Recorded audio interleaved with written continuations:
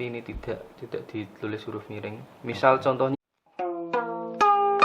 Arketipum 18. Ya, selamat berjumpa kembali di channel Arketipum 18. Pada pertemuan kali ini kita akan membahas mengenai analisis kesalahan penulisan huruf miring. Jadi akan kita melihat dan belajar mengenai kesalahan penulisan huruf miring itu seperti apa.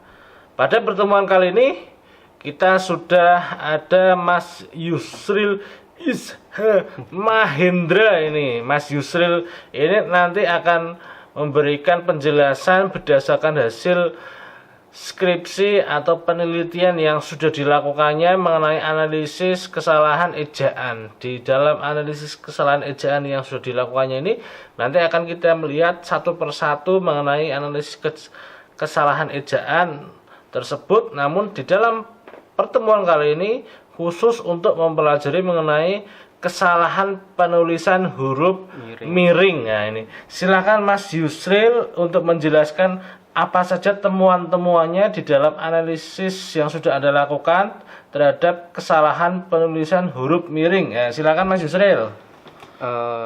Untuk selanjutnya, huruf miring itu adalah huruf yang penulisannya huruf miring, harus miring. Kalau di Word itu harus italik.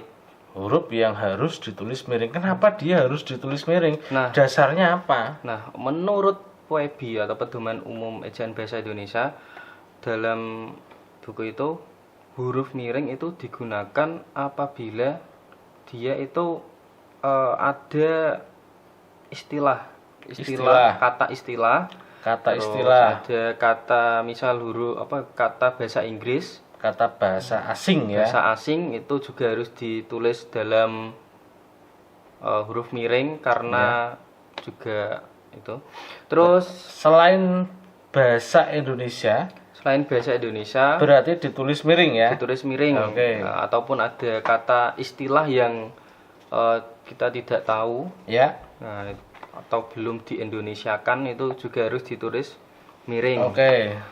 Untuk sampel yang sudah saya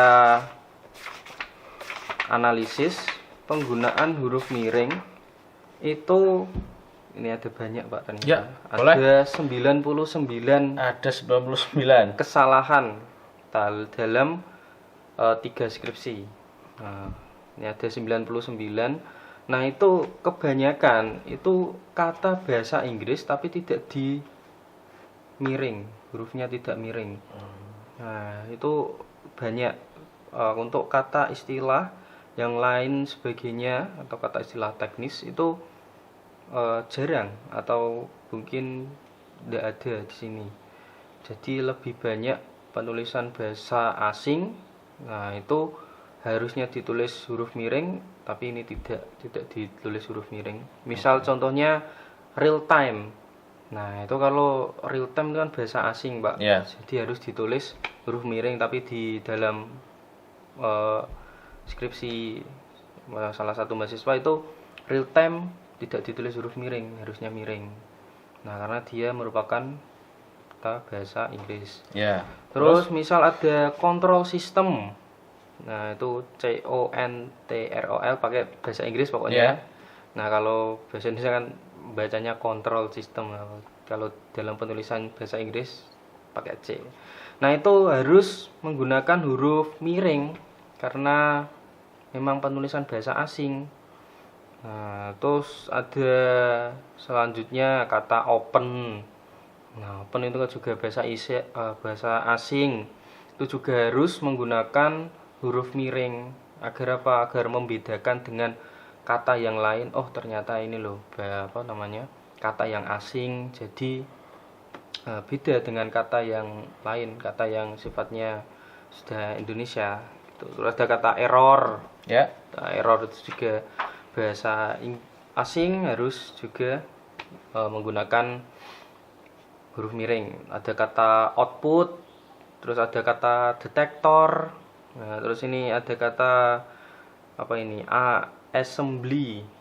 Assembly, terus ada running. Running itu juga bahasa asing, harus menggunakan huruf miring. Di sini ada kata download. Nah, kata download itu kayaknya belum di Indonesia kan gitu Pak? Atau belum. Itu masih bahasa Inggris, jadi ya Posisinya ketika masuk ke download ada unduh, ada unggah. Kalau mendownload itu kita mengunduh. nah kalau unduh itu jadi bahasa Indonesia kan ya, Iya. tidak usah pakai huruf miring. Tapi kalau katanya download itu ya harus huruf miring. Iya, betul. Ya. Terus ada kata apa? Chip, input. Nah, terus ada kata apa ini? Pokoknya bahasa Inggris lah, ada source, low pass filter. Nah, itu kata-kata bahasa Inggris. Jadi dalam salah satu sampel yang saya buat itu Pak, karena eksak jadi banyakkan istilah asingnya banyak. Iya. Makanya tadi kesalahan ejaannya juga lebih banyak dari penulisan huruf-huruf yang lain. Tapi tetap yang paling banyak ada di huruf kapital. Tapi yang nomor 2 kesalahannya penggunaan huruf miring. Iya.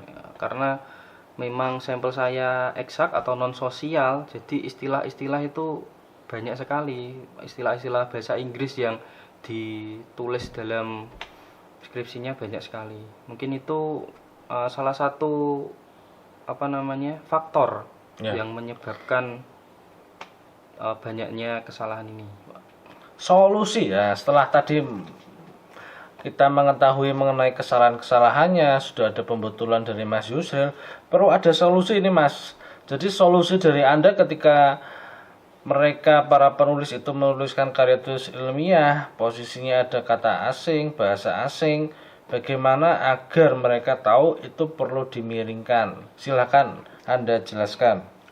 Untuk solusi atau bagaimana cara agar ini tidak terulang, lebih diteliti lagi Pak kayaknya Pak. Misal ada kata asing, ya harus dibuat huruf miring. Jadi sebelum karya ilmiah itu jadi sudah final, itu harus diteliti lagi apakah ada huruf istilah asing yang harus dimiringkan atau tidak. Terus juga solusinya itu lebih banyak referensi juga, karena kita tidak tahu apakah kata asing itu sudah diindonesiakan atau tidak, karena juga bahasa asing yang diindonesiakan juga sudah semakin berkembang Pak. Nah gitu Pak, misal ada kata online jadi daring dan lain sebagainya, itu kan kalau bisa bahasa Indonesia kenapa Kak pakai bahasa asing? Terima kasih Mas Yusril, itu merupakan salah satu penjelasan yang sangat penting dari Mas Yusril agar nantinya penelitian Anda selain berkualitas juga menggunakan bahasa yang baik dan benar, dan tentunya semakin update Anda, semakin memperbarui lagi Anda bahasa-bahasa yang sudah ada mengenai penggunaan bahasa Indonesia. Seperti tadi ada unggah, unduh, upload, daring. Ini posisinya Anda tinggal memilih dan memilah penggunaan bahasa Indonesia yang baik dan benar itu tadi. Semoga bisa bermanfaat untuk Anda. Ya, amin. Dan Anda semakin cerah lagi. Terima kasih Mas Yusril Izham Mahendra yang telah memberikan pencerahan mengenai analisis kesalahan penulisan huruf miring. Ya, ini. Sampai berjumpa di channel Arketipum 18 selanjutnya. Salam budaya. Arketipum 18.